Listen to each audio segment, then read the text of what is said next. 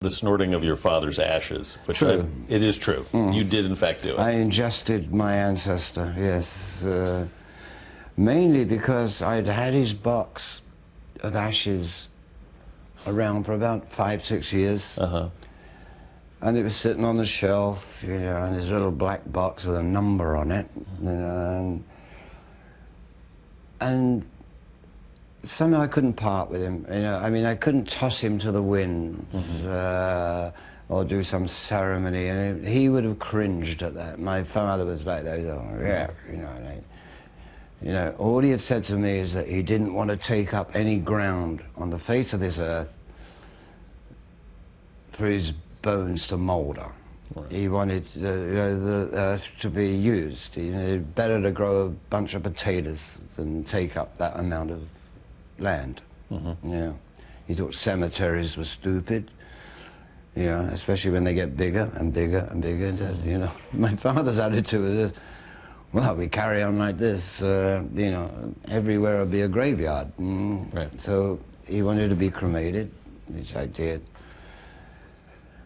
And then I decided, after about 5 years, all I was going to do is plant a good old English oak tree in the garden. And that I had, you know, put him in there to make it grow firm and strong. But as I took the lid off the box,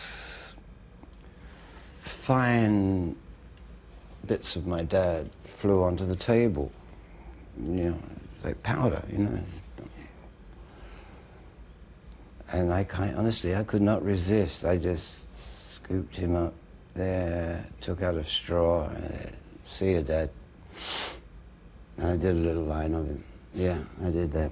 And the rest of him is around this oak tree, which is growing incredibly well. But yes, I did. And then I got whole loads of stuff back.